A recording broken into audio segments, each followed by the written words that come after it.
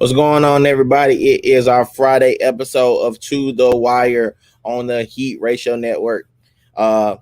This is crazy. Like, we just went in last night. We had a lot of tread, a lot of comments, a lot of everything going on from the Carson Wentz trade and all the debacle that is the Eagles. And tonight we're on everything. We're hitting NFL contenders, NBA contenders, and we got a special guest, man, a hometown guy, one of my hometown buddies that I was actually introduced to that I already probably already knew. But, you know, we're introducing him now, and I'm going to bring him on, man. It's CJ Tapp. What's going on, CJ? JD, what's up, man? Oh, man, trying to make it, brother. Trying to make it. Man, I'm glad you reached out to me. Hey, man, I'm glad to have you. Anytime my little brother goes out the way to tell me about anybody, I listen. Man, I listen to him. I'm a big fan of Chris. Chris has always been a great guy. I'm gonna be honest, that's where my fandom came from. Like, you know, Greer High School is where me and you and Chris all graduated from here in South Carolina, and it's more known as a football school.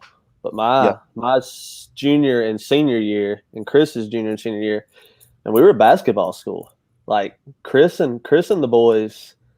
That was fun. That's where my fandom started, traveling and watching them guys. Yeah. I must say, like, and it's crazy because we're in our little family, we have like a running joke because my dad won a state championship and then I won a state championship. And then Chris and them went to the state championship. And it's funny because he's probably the better player out of the three of us. He's probably the best out of all of us, but he don't got the ring. So we kind of give him a lot of flack. He went to the state championship. They didn't win. But we give them a lot of flack, man. Once again, I appreciate you coming on. Guys, if you don't have anything else to do, well, even if you do, I want you to go straight to Instagram. I want you to go follow Taps_takes. That is my boy CJ's page. Go follow him. Give him the follow, and you're going to get some magnificent stuff, man. I went out and check out his page, man. I was enamored by the things that he had put up, his takes, and we're going to get into a lot of this stuff, man. You got anything you want to say to the people before we start? Oh, man, I appreciate the shout out, and the people on my end. I gave us a share on Facebook. Go follow Jamar, Instagram, Facebook, Twitter. I mean, all the content, the good content, man. Go give him a follow. Hey, man, I appreciate that. All right, man, we're gonna get started, man, with our NBA segment.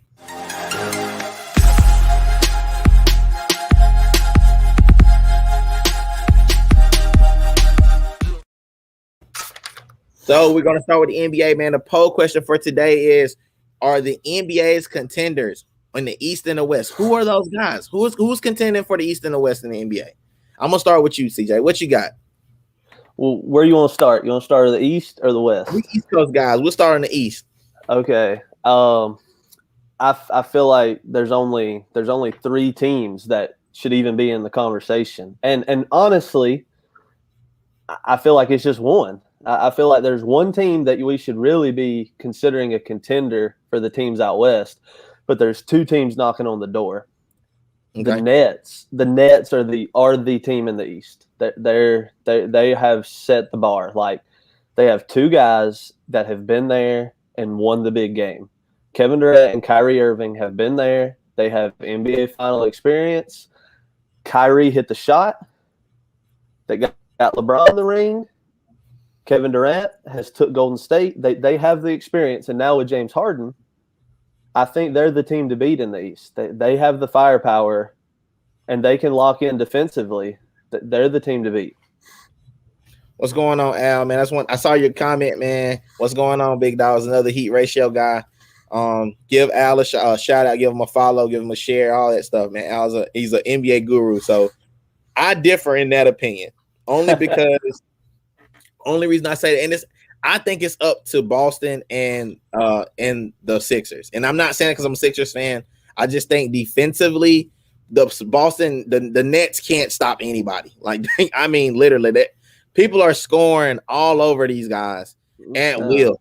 And you know what I'm saying? So, you know, we can't really I understand they look the best. They don't pass the eye test defensively. Kyrie can't guard a parked car. Neither can James Harden. You put them together, they still won't make one defender.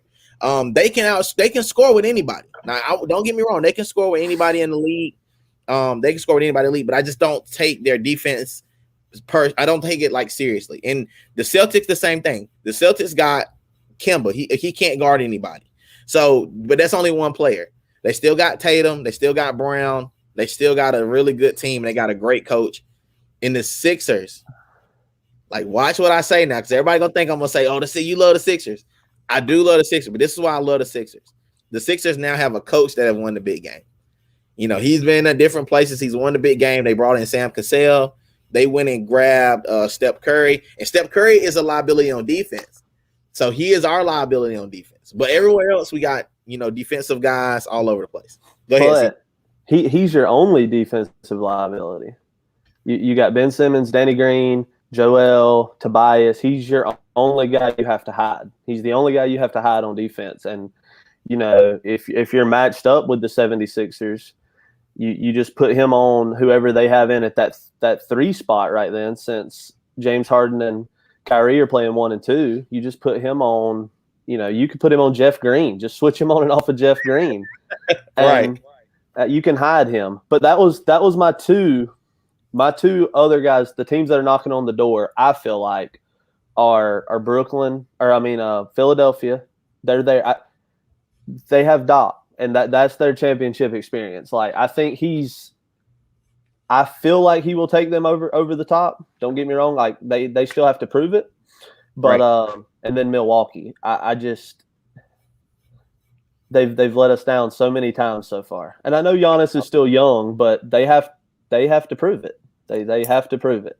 You gotta prove it. You gotta prove it. I mean, I've been saying that the longest for Milwaukee. I hate every year we get all enamored by the Greek Freak and we say, "Oh, he's the greatest thing since sliced bread." He's Wilt Chamberlain. He's all these different big men in the game, but he's got a little flair.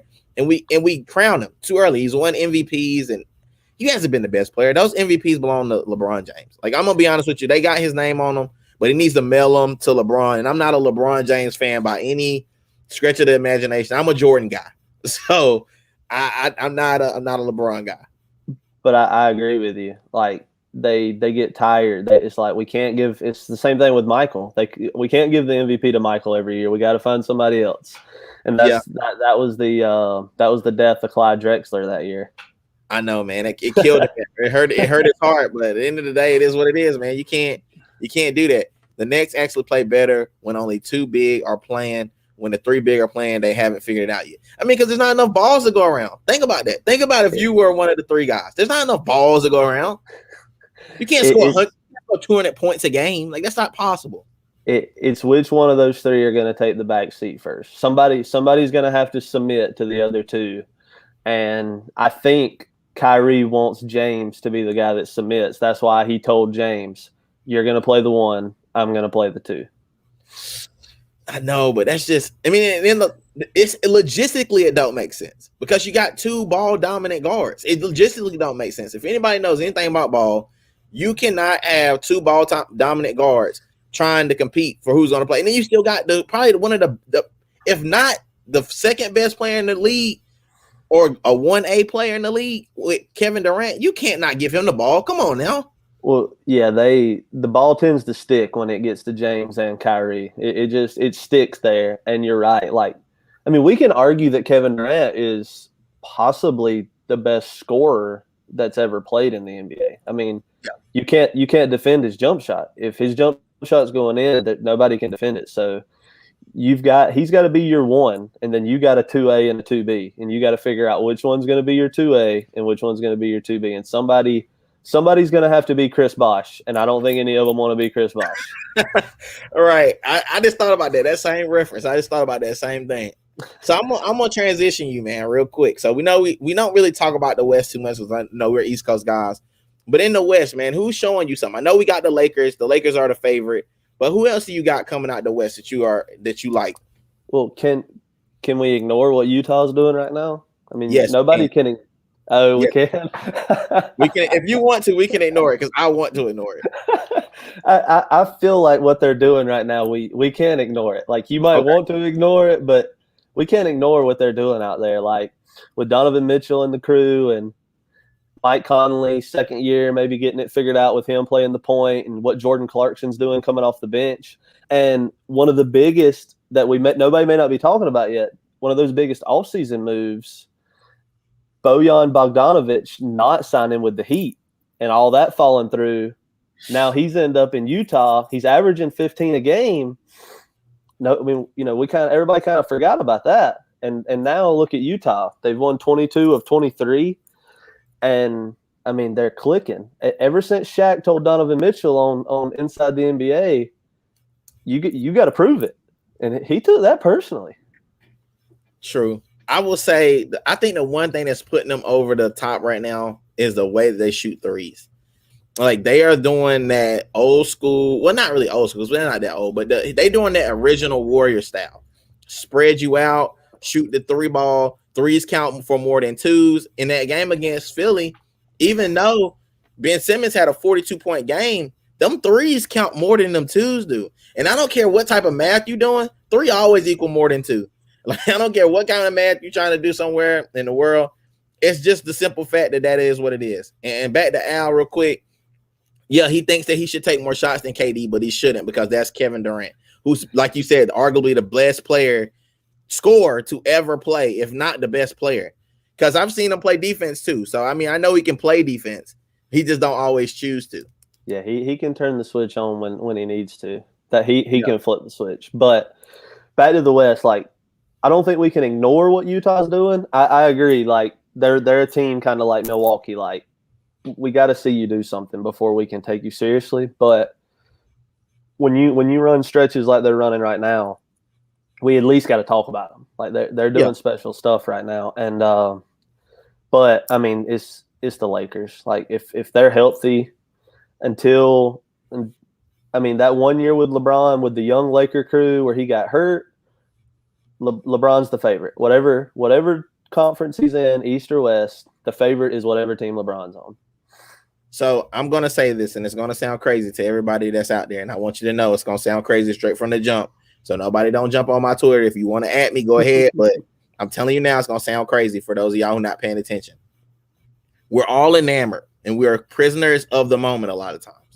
And we're seeing Utah and what they're doing, and we're like, dang, Utah's really balling. But we're not really looking at Phoenix. And Phoenix is doing something really special.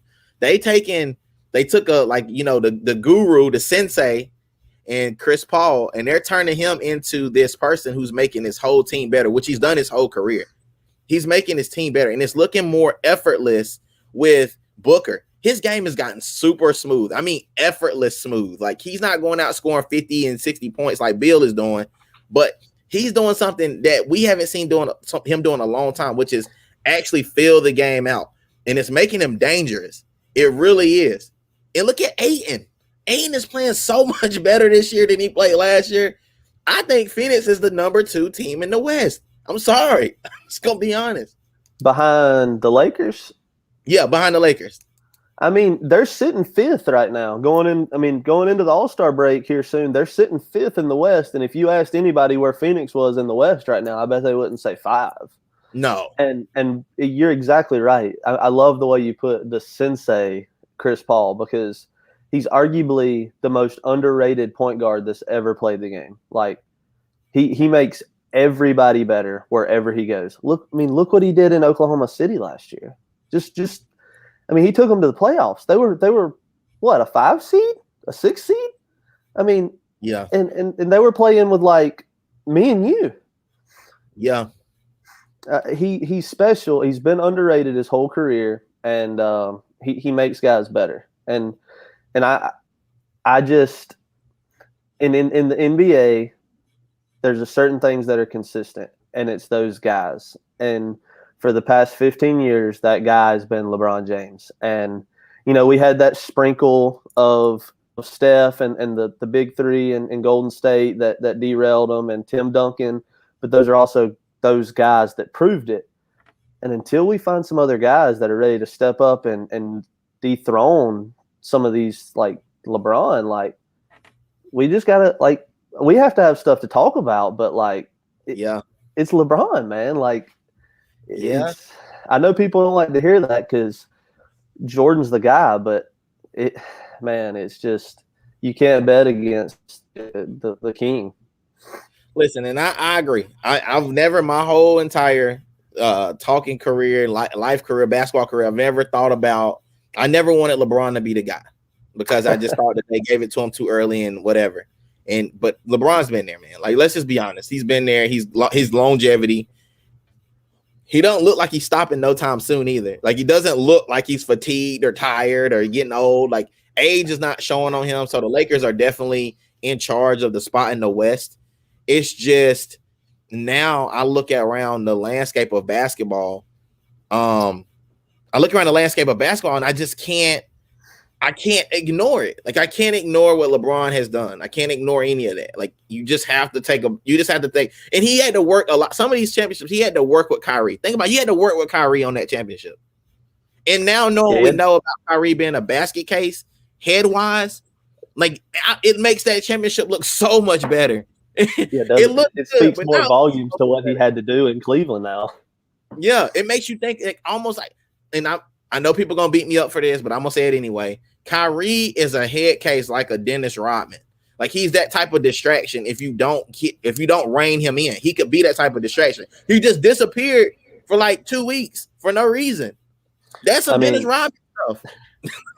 That's what Dennis Rodman is doing. And I mean, we're not even talking about like shirtless JR. I mean, it wasn't just Kyrie that he was dealing with.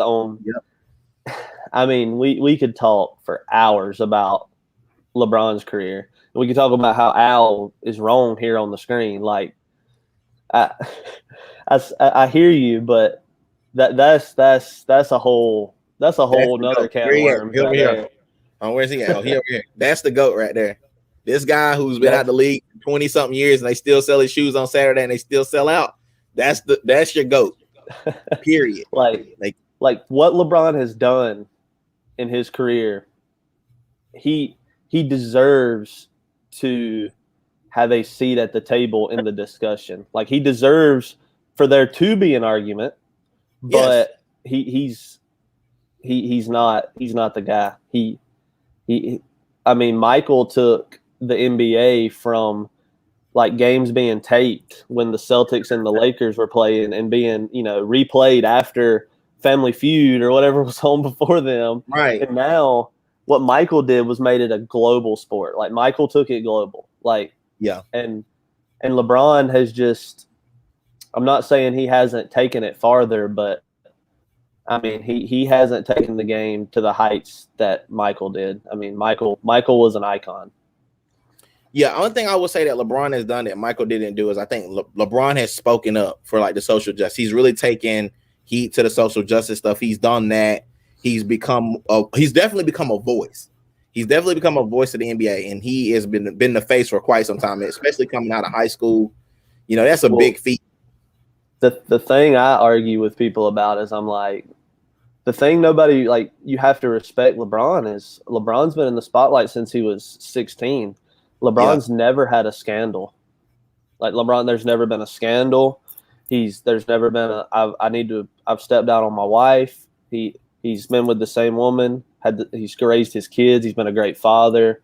You're right. The I Promise Academy, what he's done for kids in Cleveland, and for sure, like what he's done for the longevity of his career, it's unspoken. Like, that deserves a notch on that GOAT. Michael had the gambling scandal. I mean, there's the conspiracy of, his dad, the murder of his dad. Like, Kobe had to apologize with his wife beside him. Like, LeBron's never had to do that.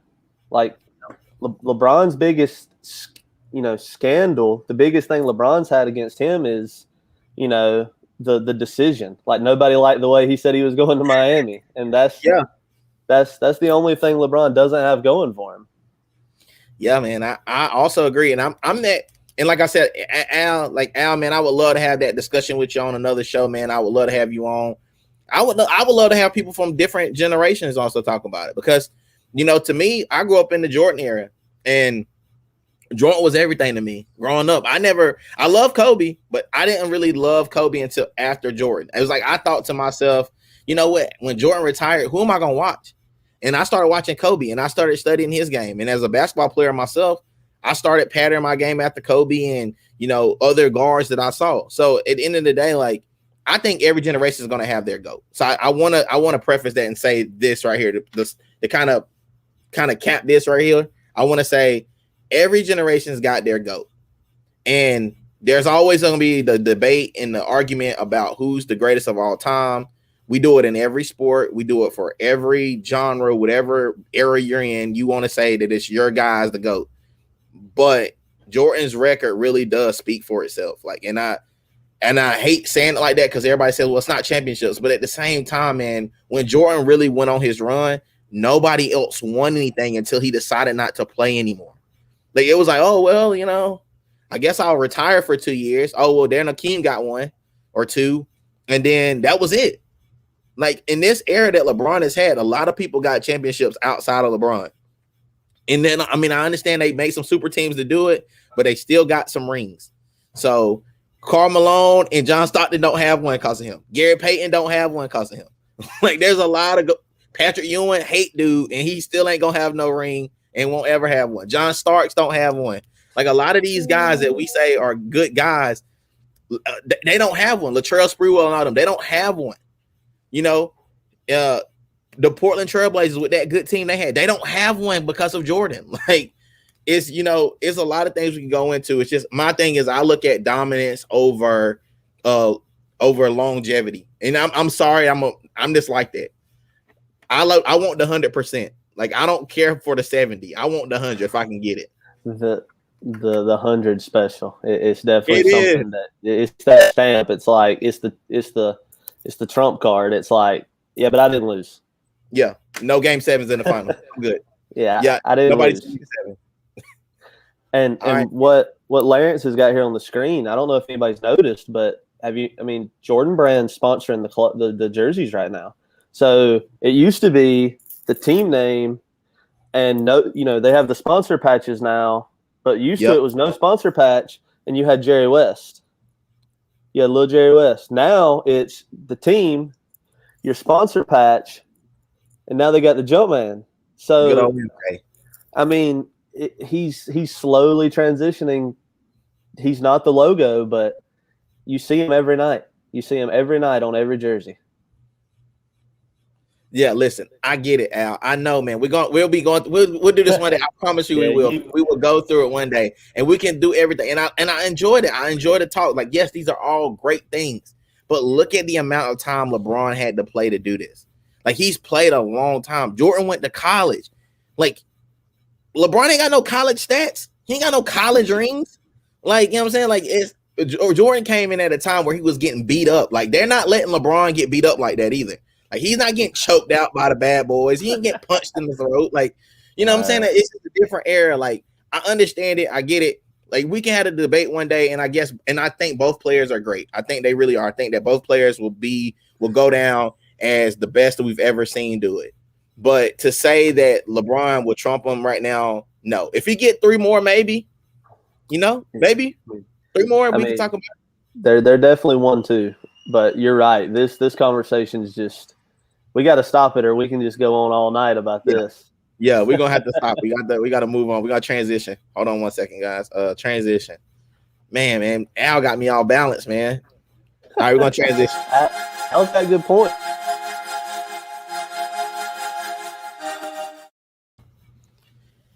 AFC and NFC, too early to pick them predictions, man. So we saw a major thing go down yesterday with Carson going to the Colts. Does this make the Colts favorite on their AFC side that they're on? I mean, yeah, Carson Wentz was the next domino to fall. That's all we're waiting on. We're like, Adam Schefter comes out and tells us there's going to be 18 quarterback changes this offseason, and our heads just explode. We're like, 18? Right. Like, we're going to have all this movement. And, I mean, this isn't the NBA. Like, this is how NBA players move. Like, so, Carson Wentz is the next domino. And him going to the Colts, I don't think it makes him the favorite in the AFC as a whole. But I do think it makes him the favorite in the AFC South. And, the first step's winning your division. You win your division, and you set yourself up for, home games in the playoffs. And I think they're favorites in their division. Them and the Titans both finished 11-5 last year. So, I mean, that they were tied with the Titans last year with that statue they had as a quarterback. Yep. I mean, Phillip Rivers had a great year last year. I mean, he was that guy that they brought in, Jacoby Brissett. Jacoby Brissett's, I compare him a lot to he's a Teddy Bridgewater type. They're a game manager. You put them on a great team and great defense, strong running game, some weapons. They're going to get you 10, 11 wins. They're going to get a lot of wins, but are they going to get you the win that you need? I don't think so. And then you bring in Phillip, who's, they move on from him, bring Justin Herbert in, and you get Phillip. And then the Colts, they have a top 10 defense right now. They finished second in the league last year in run defense. I mean, and they're returning Darius Leonard and DeForest Buckner, who are both first-team All-Pros on defense. So the defensive side of the ball is very strong. So now it's like, all right, we're doing our part. Can you score points? Well, last year, Phillip Rivers did his part. I mean, they finished 9th in total offense, 11th in passing offense, and 11th in rushing offense. I mean, they're a solid team. They're right there around top 10 in everything with Phillip Rivers. And I hate to be that way because Phillip deserves a lot of respect for what he's done in the league. Like, personally, I've never been a Phillip fan. Like, I've never been a Phillip fan. That sidearm throwing the football, I just can't get behind it. I've never been a Phillip fan, but I mean, last year I got it. He's 24 touchdowns, 11 interceptions. I mean, he's not knocking the doors down, that's for sure. And you bring in Carson, so we're bringing in Carson Wentz, and I heard you last night. You called him a mental midget. Yep. I quoted that. I was like, but you bring him in here with Frank Wright. And that's his caregiver. That's his mom. Yeah, that's his mom. That's his guy that's going to nurse him. Like, he's back at home with Frank, who's going to nurse him back to this MVP season, right? So I was like, let me go back and look and see what Carson did in that MVP season under Frank Wright, so we can compare and see if he brings this to Indy, where does it put him in the AFC? So that year under Frank Wright, the 13 games he plays, he goes 11-2, completes 60. Oh man! He goes 60% completion, 33 touchdowns, 7 interceptions, and he's 78.5 quarterback rating. I mean, that year with 78.5 quarterback rating would have only been behind Aaron Rodgers, Josh Allen, and Patrick Mahomes. So if you tell me you're getting the 4th best quarterback in the league with that defense, with Jonathan Taylor, I mean, they're not better than the Chiefs. They're not better than the Chiefs. And if Carson Wentz can be 80% of that quarterback he was on that MVP season, I think they're neck and neck with the Bills. They're fighting for that second best. But the thing about it is, it's hot or cold. I mean, they could be the second best team in the AFC, and they could be the second worst team in the AFC. They could be really bad too, because we saw what Carson did last year. You know what? And I'm not. So this one, I said I was gonna take a different approach today. I'm gonna try a different approach because I don't think anybody listens to me when I'm that. I give the bad news. I need to work on my bedside manner. So my bedside manner is going to change today. This is for you, Al. Because I know you're going to feel some type of way. So I was going to make sure I said this as gently as I know how. The first thing you got to think about is the AFC defenses are brutal. These AFC defenses are brutal.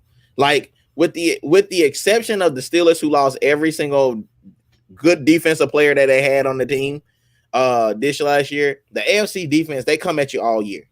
That's just how they do. Like, I don't know why it's like that. But the Ravens, the Titans got a decent, defense, decent. But you still, I mean, you're going to be going up against these guys. Carson Wentz seems to me that if he can be that 2017 guy, if he can be the 2017 guy again, if that can be possible at all, then you got a snowball's chance in hell to make it. Still, because you still got it.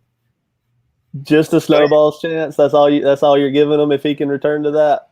Yeah, because you still got to run into Josh Allen. You still got to run into the Titans, man. And playoff Derrick Henry sometimes is like a Greek god. Patrick Mahomes. The Titans let me down big time last year. I had a lot more faith in them, and that Titan defense that just was like Swiss cheese. Vrabel's a defensive guy, but I mean, I think he could have put pads on and played a little better on the defensive side of the ball last year than some of the guys they had. True. They let me down. So that you're right. There is some stacked defenses at the top, but when you look in division, the teams he's going to have to play 6 times. It's the Jaguars twice, so he's going to carve them up twice. It's the Texans twice. He's going to carve them up twice. Yep. And then it's the Titans. And if they don't improve on the defensive side of the ball, he's going to carve them up twice. So there's 6 games of the year where he's going to have, facing menial defenses. And another thing I don't think we're talking about that this is something that we just put on the back burner. He went from playing in Philly where, I mean, you're there right now. How cold is it there right now? Oh, it's about 20 something degrees, a little something like that. I'm wearing a hoodie in the house, so that's he's going to be playing it's going to be 72 all year round in Indy, where he's going to be playing now. 8 games a year, it's going to be 72. There's going to be no wind outside. He's going to be playing in that dome, and that nurtured Drew Brees through these past couple years. So I think we don't put a lot of emphasis on that, but it's a little more important than we think. So I'm gonna say this. I'm gonna segue this to you because I wanted to hear your mindset on this. But I will say this: if Carson Wentz can somehow, I'm gonna read this comment because I was gonna come out with this comment. Oh, so what you guys also got to think about with Carson Wentz is if Carson Wentz does do it, then great. We all everybody's like, okay, well he did it. He did this great thing. He went somewhere and played. That's what happened. But what if he doesn't fix it? Because he played against the NFC least last year and he couldn't move the ball. Well, couldn't move it. I mean, couldn't move it. It was like he forgot what he was doing or something. It was like, oh yeah, you throw the ball to who? The other team? What color are they? What color are their jerseys? That's how he played. It was so many interceptions thrown in. I wanted to give him the benefit of the doubt, and I did at the beginning. I was like, okay, you know what? The team's not great. So maybe if he keeps hitting them in the chest with the ball, then we can at least blame the receivers and not him. But when he just started straight up throwing the ball to the other team, there was no defending him. But you kept hearing all these guys, especially Dan Orlovsky. Guys, listen to this. If you can find you somebody in the world to look at you the way that Dan Orlovsky looks at Carson Wentz, then you better marry that person. You understand me? Guy or girl. I don't care what the sex or the race. If you can find them, and they look at you like Dan Orlovsky looks at Carson Wentz, please marry them on the spot. Don't even ask questions. Put a ring on it. Because Dan Orlovsky has the most hubris for Carson Wentz that I've ever seen. And it's not so. And even when you showed him the problems that Carson Wentz had, he still will find, but look at this read. No, look at the read where he threw the ball to a guy that was on defense that was playing, in the end zone, and he threw a Hail Mary, but there was no Hail Mary thrown. It was over the middle pass. Listen, I'm sorry, I can't with Carson Wentz. He's got to show me something. I'm glad you brought that up. What if it goes bad? Because I was thinking about that today. So if it goes bad, is Frank Reich going to? Because Frank Reich, after coming to the Colts, he had Luck the first year he was there, and that was the year Luck retired. And they kind of started rebuilding because after Luck left, they brought in Quentin Nelson, started drafting on that defense. Then you get Jacoby Brissett. You go 7-9 that year with Jacoby Brissett, which is, your game manager, your bridge.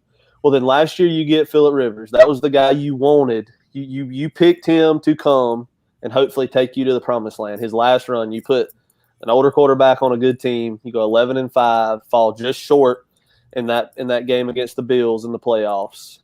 And now you're getting your guy again. You got Carson Wentz. That was your guy in Philly. You wanted him. You got him. You give up a third and a second, conditional first. So you got your guy again. So 2 years from now, Carson Wentz puts up the same numbers that he put up the past 2 years in Philly. Is Frank? I mean, you've wasted 2 more years on Quentin Nelson, 2 more years on Darius Leonard. I think in 2 years, if they finish 8-8, 7-9, if this team is average, they're both gone. I don't think they bring either one of them back. I think this is Carson Wentz's last chance to prove himself as a starter, as a sure blown starter. You're going to a team to start. It's his last chance to be that guy. And this is Frank Wright's chance. Like, you've got the defense, you got the running back. I think they do need a few more weapons on the outside. T.Y. Hilton's older. Michael Pittman has showed flashes. Zach Pascal's not really that guy. He's serviceable, but he's not that guy. And I mean, tight end wise, they don't really have much going for them on the tight end side. So they need some weapons. Like, Carson's honestly not going in. He might have worse weapons. I mean, I know he had 0 weapons. I mean, wide receiver wise, my man didn't have anybody to throw the football to in Philly. Jalen Reagor and the rookies and Alshon being hurt all year. But Zach Ertz and Dallas Goedert were probably, if you put all the weapons on Indy's side of the ball and all the weapons on Philly's side of the ball, you would probably take Dallas Goedert and Zach Ertz 1 and 2 before you picked anybody from Indy. Yeah, and then you got to think about, they didn't have that, and also they didn't have Deshaun Jackson. That was another hit, because that was a big hit. And we saw him. I don't know what was wrong with him this year, but I saw Jalen Hurts make a great pass to him for like 80 something yards. I guess at the point, like, that was kind of like, I don't know. I don't know. Let me say, I'm gonna be done with it after this. I promise. I just want everybody to know that the Philly situation broke down. It was a perfect storm, and everybody, if you're a Philly fan, you need to know it was a perfect storm for what happened. It wasn't so much. It's just that you put a lot of money into Carson being good from 2017 to 2020, and he was hurt majority of that time. So, you can't really take that. Like, you can't really take that from him. Like, he was hurt. Those guys got older. Alshon is now almost 30. He was at that point 26, 20. These guys are older now, and age in the NFL after taking a lot of hits, you don't equal out the same. Ertz is now an old guy. Dallas Goedert is new blood, but your premier guys that you went out and got to help Carson Wentz at that time, weapons, they're all old dudes now, and Carson still trying to throw the ball to him. A young Deshaun Jackson, a great defense, great offensive line. I mean, you still had the left tackle Peters. I mean, he was still arguably the best left tackle in the league at that time. Even older, he was still in the conversation. So your blind side was always protected. And now you pay Carson that big money, and you got to start trimming fat. Yeah. So now we looking at it from that. It was just a perfect storm, guys. I'm sorry. I know I give you guys a hard time, the Eagles fans, but it was a perfect storm for what happened. It was a perfect storm for a rebuild. I'm a Steelers fan. I'm going through the same thing. Listen, I'm upset too.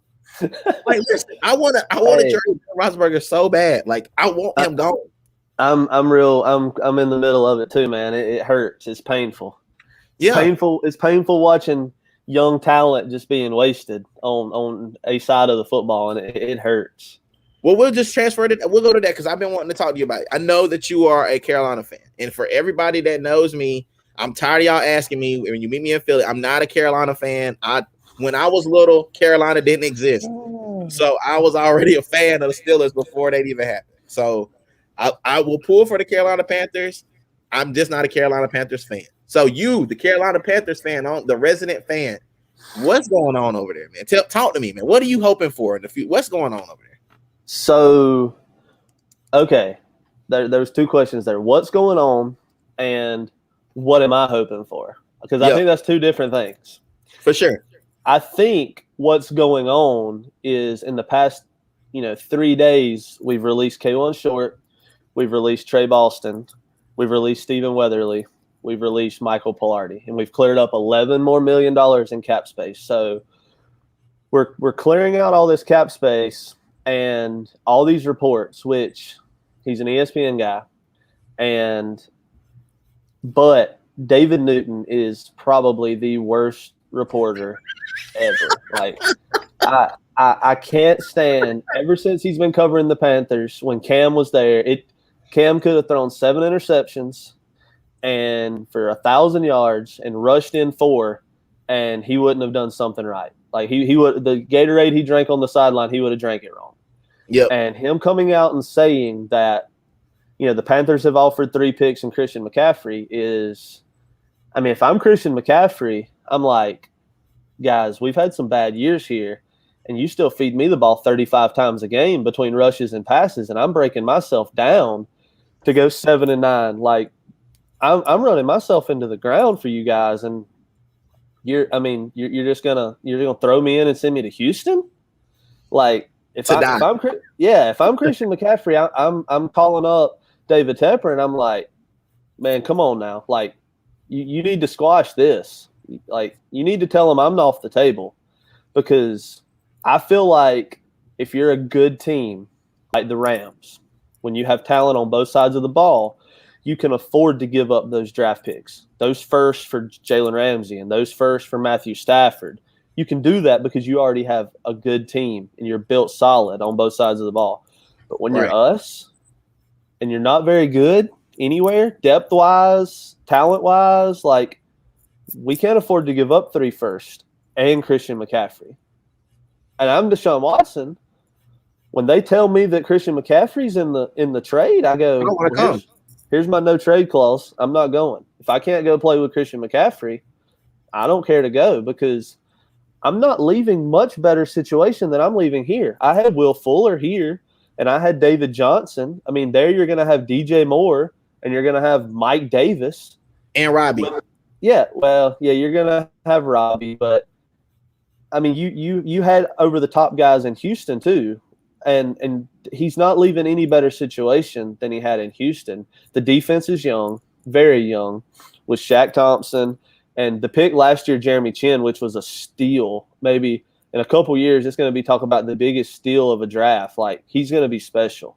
He is going to be special. He is very good. Like, it's crazy how good he is. Like, it pains me that Luke Kuechly retired now, because if you could have paired Luke Kuechly with Jeremy Chin and Brian Burns and some of these pieces on this defense, like that one man, Luke Kuechly, can take an below average defense to an above average defense with one guy.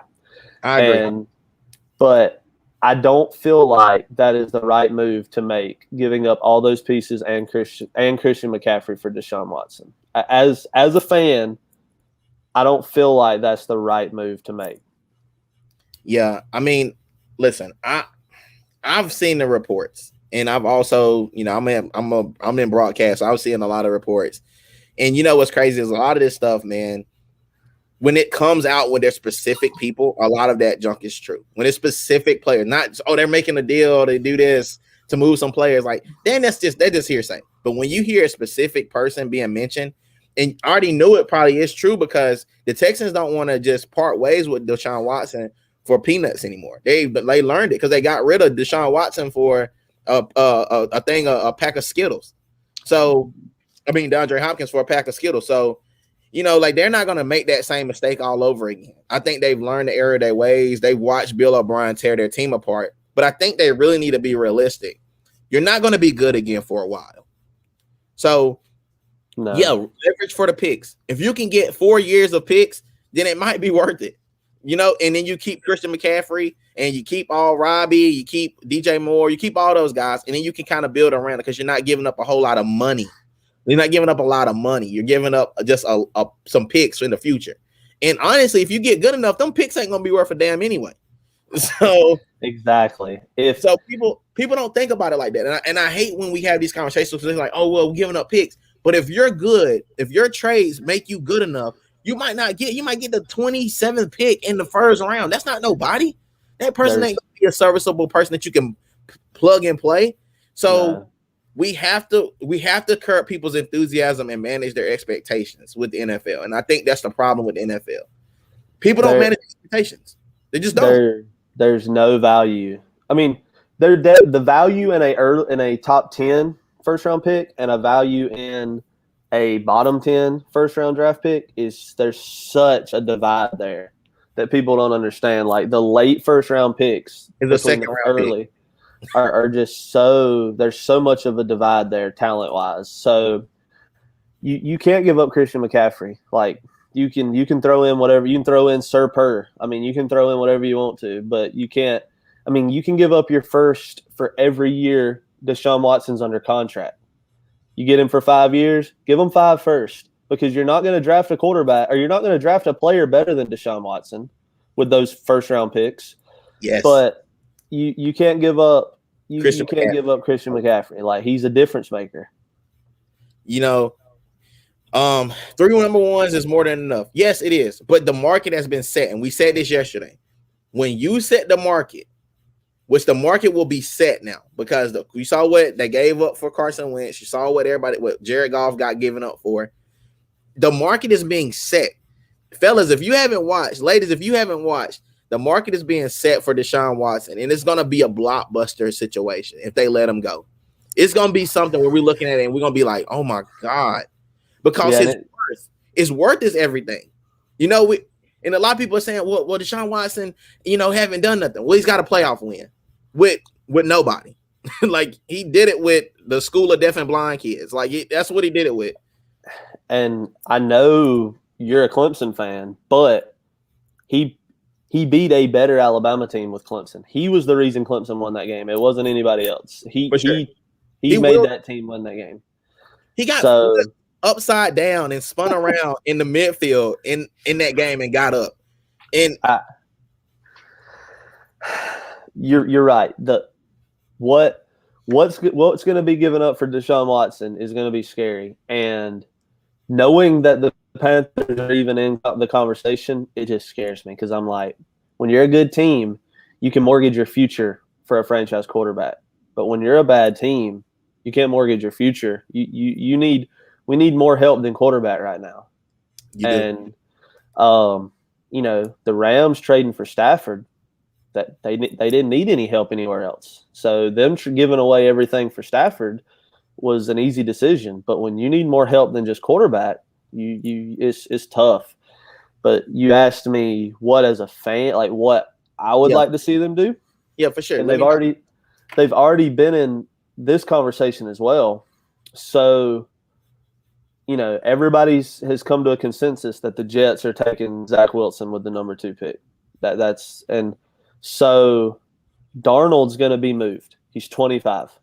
And the Panthers have already been linked talking to the Jets with they want to talk to the Jets about Darnold. They've been in that conversation. Like it's been reported that they've reached out. So, we throw a second or a third, a second this year, 4th next year, and give us Darnold. And then we keep the 8th pick this year where we can get and make our team better. And then we get a young quarterback that's been in a bad situation since he's been drafted, and we give him a chance with weapons everywhere. We got DJ Moore, we got Robbie Anderson, we've got Christian McCaffrey. With that 8th pick, I know you were talking about it yesterday. We don't need help at wide receiver, but Pitts is still on the board at 8, and that dude is special. Yeah. So then I wanted to point this out there. I forgot to tell you this. But I've seen some reports, and I know we talked about it last night that Pitts might go to the Eagles. I've seen more reports today. Like at school, my school notes, like my sports news, like everybody's saying Pitts is going to the Eagles. And I'm gonna be honest with you. I believe him. I believe it. I know this is gonna hurt some people. I know we always talk about this, but it's gonna hurt some people. But Kyle Pitts may legit be an Eagle next year, and it may just cause the fan base to have a heart attack. Like every single Eagle might just have a heart attack on the spot if they draft Pitts, not thinking about what Pitts brings to the table, because we've already said it that, especially if they keep Jalen Hurts, because his check down game will be so much better. You roll him out with Kyle Pitts as a check down. Oh my God. I mean, I know Devontae Smith took football by storm this past year, but I mean, I think Pitts is the best true catcher of the football coming in the draft this year. Like, dude's special. from the tight end position. 5 touchdowns in a game. Yeah, dude's special. And I just think like you give us Sam Darnold, and then we get him still on that rookie deal that he's on. Mm-hmm. He hasn't proven himself. So you when you extend him, you're not going to have to give him Deshaun money. You're not going to have to give him Mahomes money. You extend him for, above average, quarterback money, and then you can use all this cap space to bring in more talent and build this team. So if we're moving on from Teddy Bridgewater, which everything has said that's the case, like Teddy's not going to be around and we have to move from him, I would rather take Sam Darnold than draft. Well, the reports early were Trey Lance, but now they got Trey Lance ranked higher than Justin Fields, which also makes my head bounce off the floor. What I told y'all last night, if Justin Fields drops to the 4th quarterback taken, it'll be viewed as Deshaun Watson and Patrick Mahomes going behind Mitch Trubisky. Like, Justin Fields is a winner. He is a great football player, and wherever he goes, if it's not a terrible franchise like the Jets or somebody like that, was just going to mess him up, he's going to be a great quarterback for somebody, and somebody's going to look up and get him.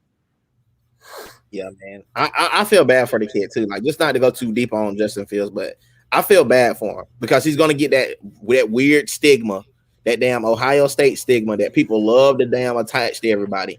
Like, you're not attaching it to Joe Burrow.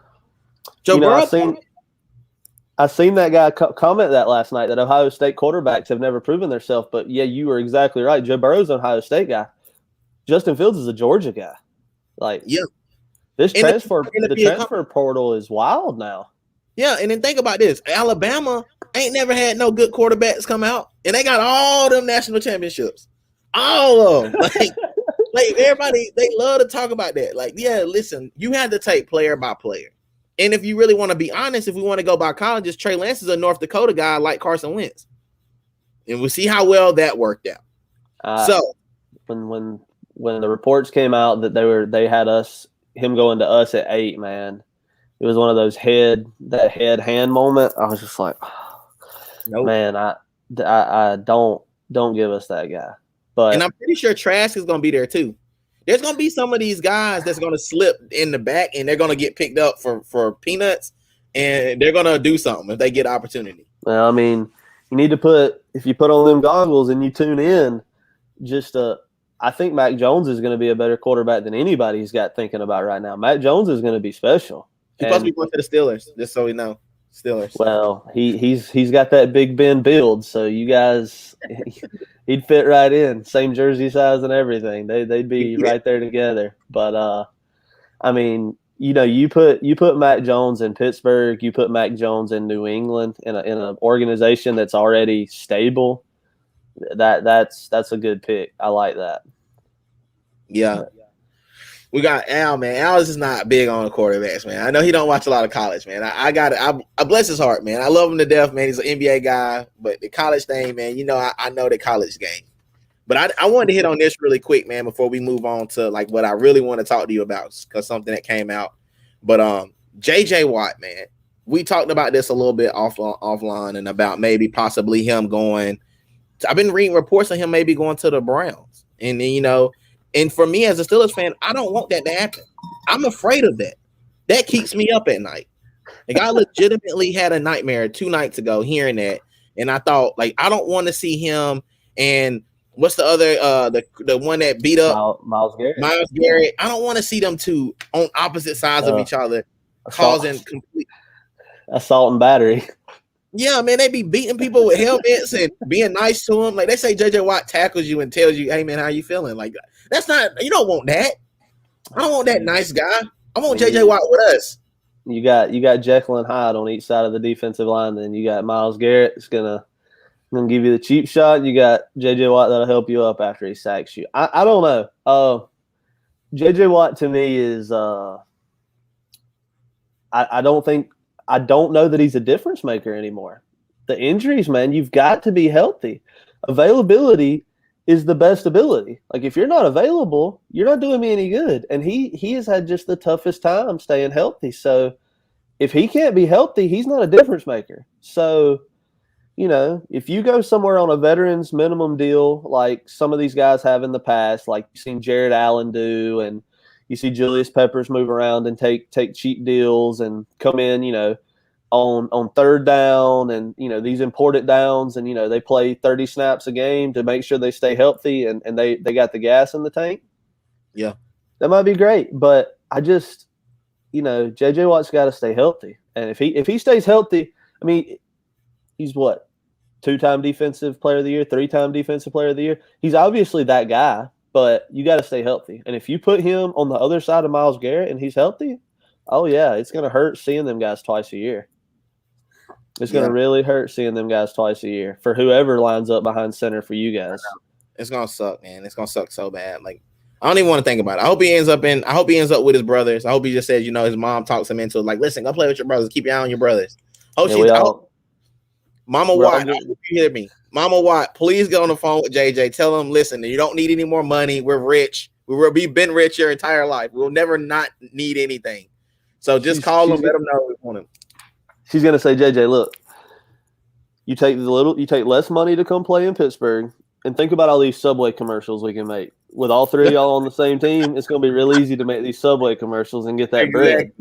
You ain't got to get on no plane. We'll do it from the house, wherever y'all want to do it. It's going to be easy to make these Subway commercials and get that bread. But I don't know. I think he's got options, man. He's got a lot of options. If you're JJ and you're chasing a ring and you're just going to take that 1-year veterans deal, because he's made his money. So if he's looking to ring chase, I don't go to the Browns. I mean, because one, it's like we were talking about earlier in our NBA segments. They're still the Browns. Like, I don't care how good they're getting. You've got to win. You got to prove it. I'm going to LA.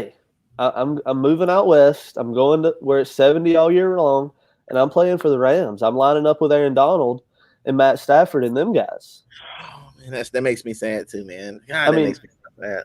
If I'm ring chasing, I'm going there. I mean, everybody else's ring chasing is going to Tampa Bay, but I don't see him doing anything like that. But the reports have been the Steelers, the Browns, the Titans, places like that. But and he'll probably end up with you guys in Pittsburgh. That's realistically, I see him ending up in Pittsburgh with you guys and playing with his brothers.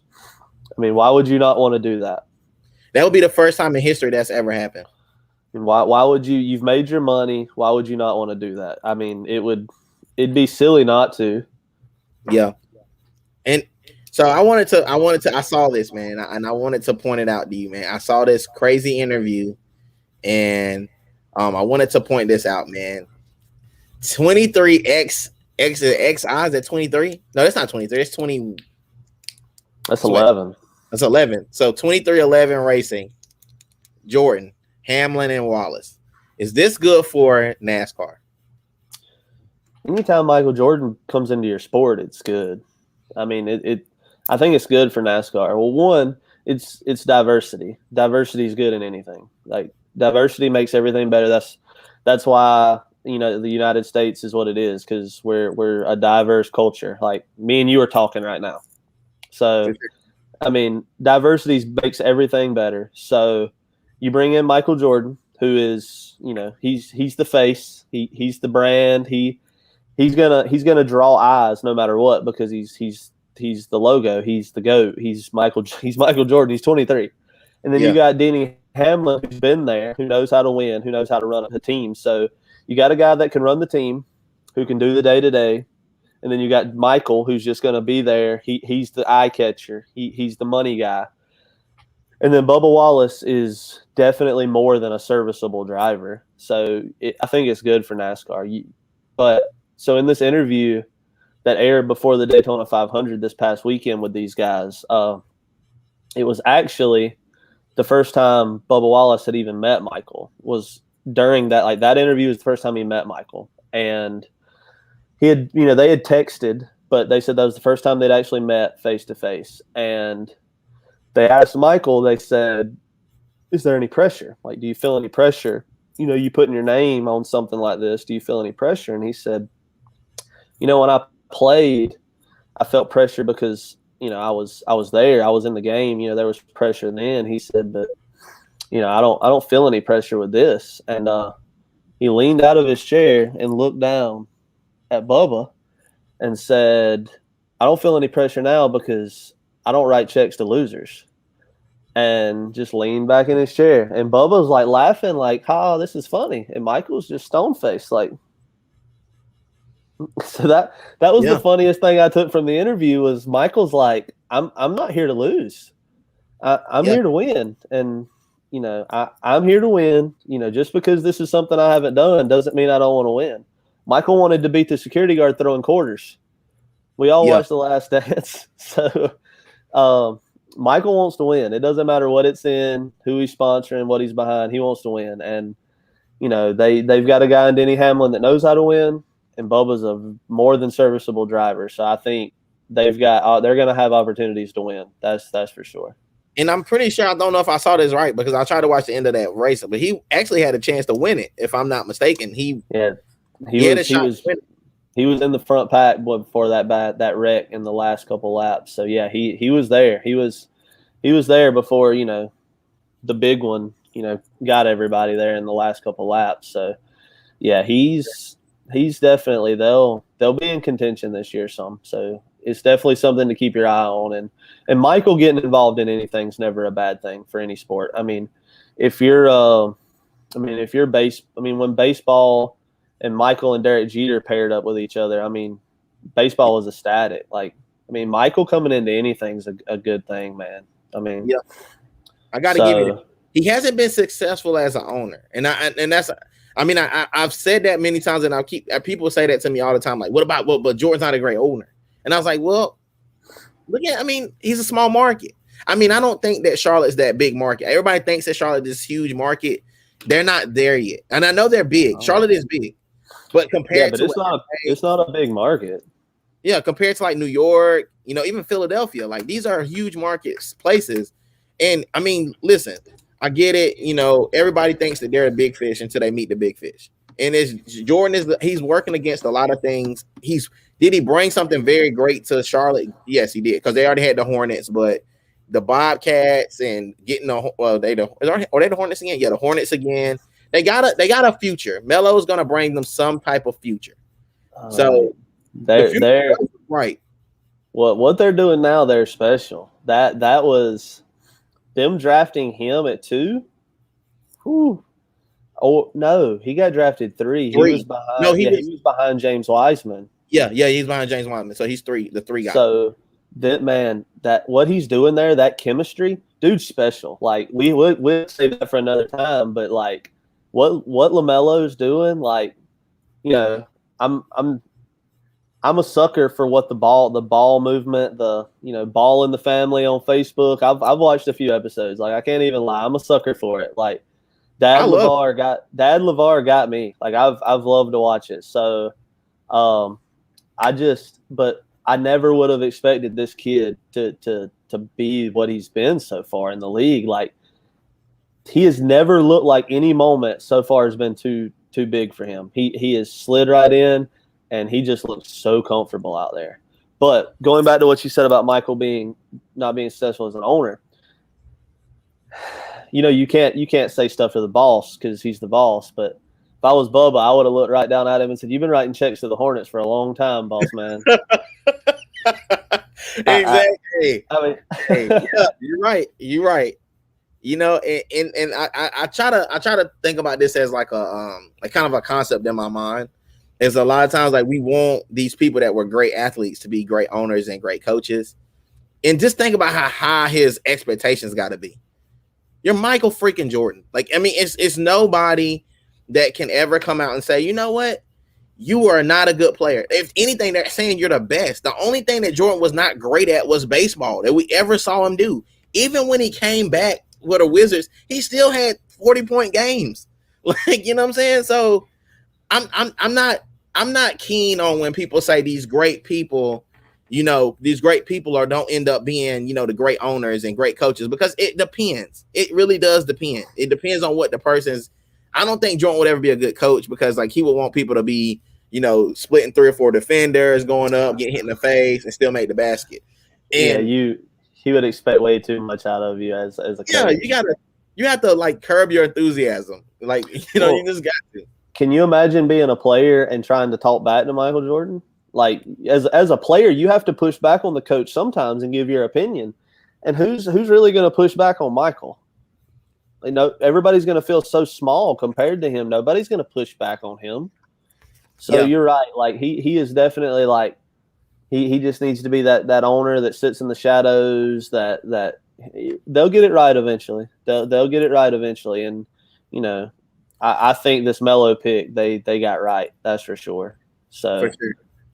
So we're at an hour and 6, man. I want to go to an hour and 15 at the least. I just want to, and you said something really cool just now, and I don't know, I didn't give you any props for it, but you said something about the balls, and I've been waiting to talk about LeVar Ball for quite some time, and I've stayed away from it because of one or two things. I know a lot of people don't like him. A lot of people think that he said a lot of things to get his sons messed up. Right? They always talk. He talks so much stuff that people are going after his kids. Honestly, as a rookie, regardless of who you are, they're going after you regardless because you're fresh meat. So the target being on Zoe's back when he first came in, or LaMelo's now, they were already going to have the target on their back. But what I will say that he has done is, for me personally, I'm a black father. I'm an African-American father. So I try to be for my kids, whatever they do, whatever they try to do. I have a daughter too. So if she goes in the dance or whatever, I'm going to be that dad.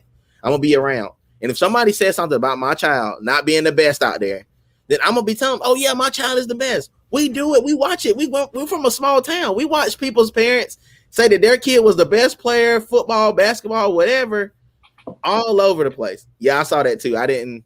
No. What's that? Does that say LeVar Dean? Oh no. He's up there at the top. So you're gonna be LeVar Dean when your little girl gets playing. You're gonna be LeVar on the sideline. So that's what you're saying is. No, I'm not saying that. But what I'm saying is, I think that sometimes if your kid is like, those kids are quiet, all of them. There's not one outspoken one out the bunch. So I think he knew that. When you're a parent, your children, and sometimes when your kid is quiet, they don't speak up, they're introverted. They will get left out. They will get put to the side because they're not going to speak up for themselves. And LeVar probably noticed that and said, "I'm going to be the one that speak up for them." You got to be their voice. Yeah, so I'm not mad. I don't think. I mean, sometimes he says stuff off the wall, but who cares? He said it's both. All of his kids will end up in the NBA, and they all did for at least a little bit. Yeah, I mean, you might. You're right. Anybody can hate on him. But if you're hating on him, it's simply because you're a hater. Look at what he's done. He made dude has made a business from triple B's. Like, it might have been a bad business. Like, don't get me wrong. It wasn't good. Shoes were a little garbage. I think people still haven't got theirs yet. But dudes set those. Multiple times on the shows. He said, "I want my kids to be trust fund babies," and that's what I'm trying to do. So. What he's doing is he's trying to set his kids up right. And I like the guy, man. He's pure entertainment. I like the guy. And you can't fault him for anything. And as much stuff as me and you watch, I'm sure you've watched the NBA awards. Drake that year just cracked up on him. He goes, we're going to give the award to LeVar Ball for being the black dad that's there too much. He's like, we just can't.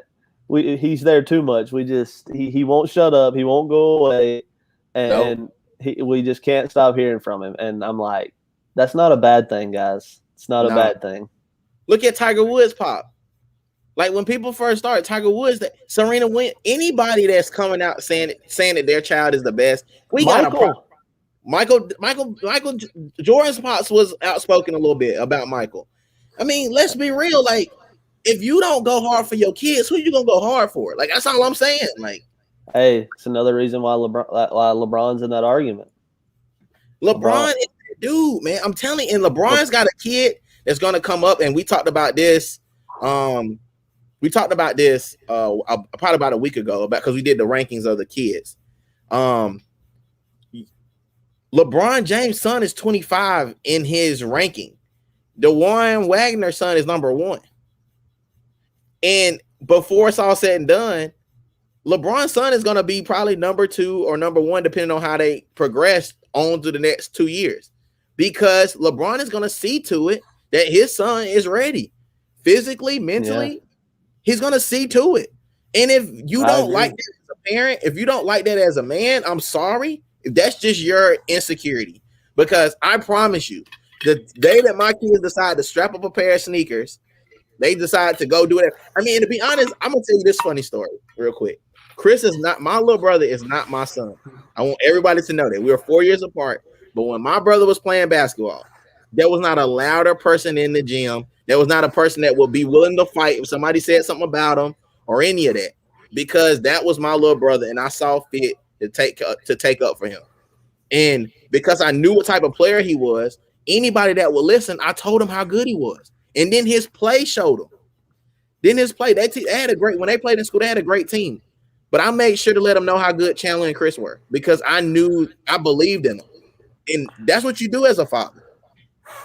We got another, 3, 4, 5 minutes here. So we'll talk about something that involves some people in sports. Like when we're talking about these, I told you at the beginning of the podcast that watching your brother and those kids at Greer in basketball was definitely what started my fandom, because there was nothing like watching those kids. And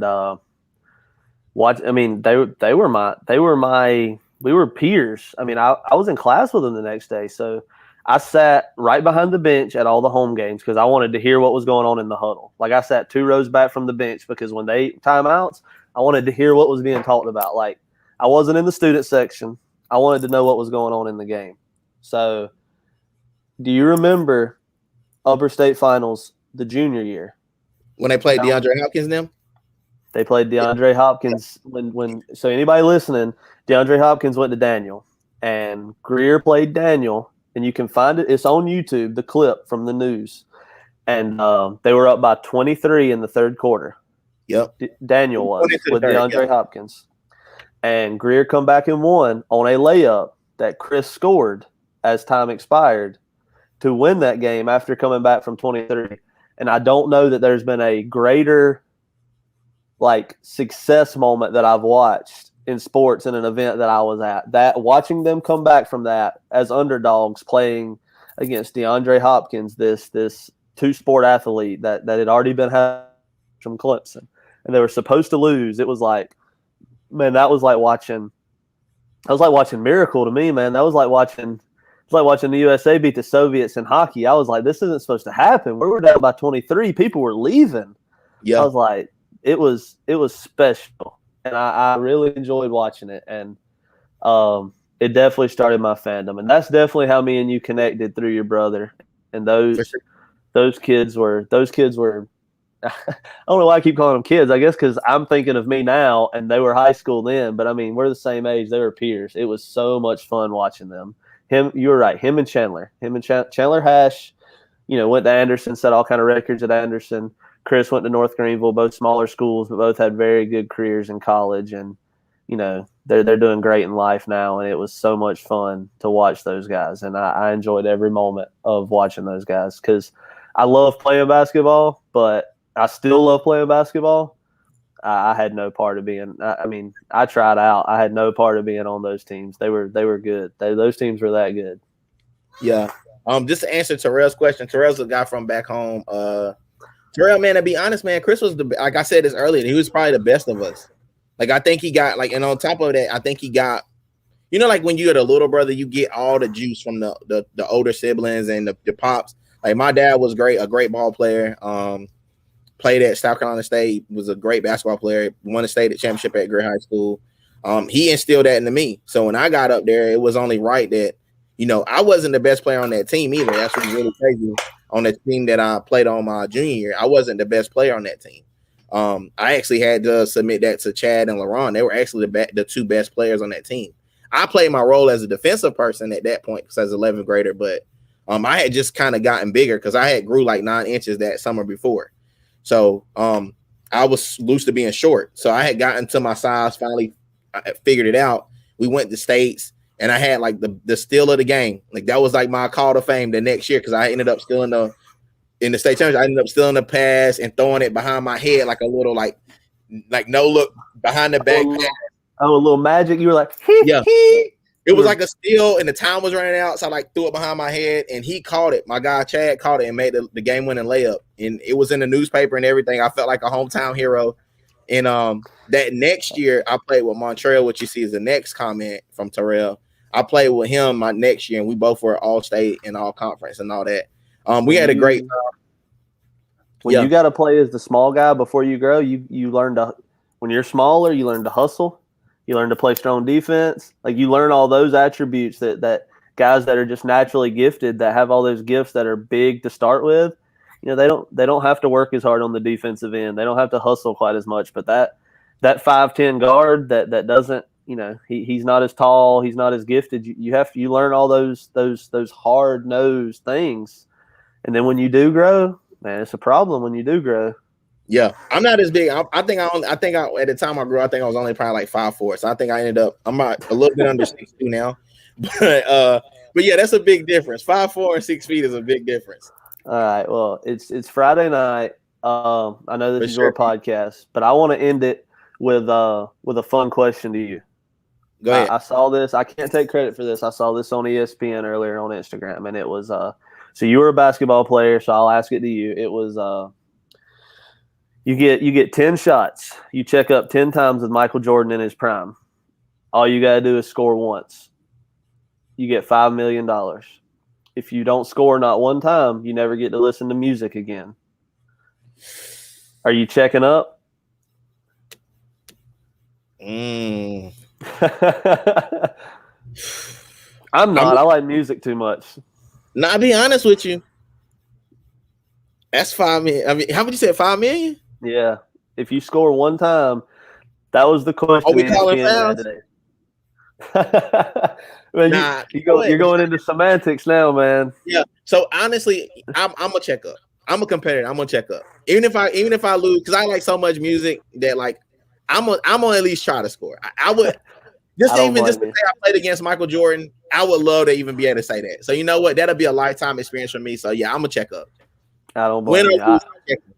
I would want to check up too, but you know it probably wouldn't be the best business decision I ever made.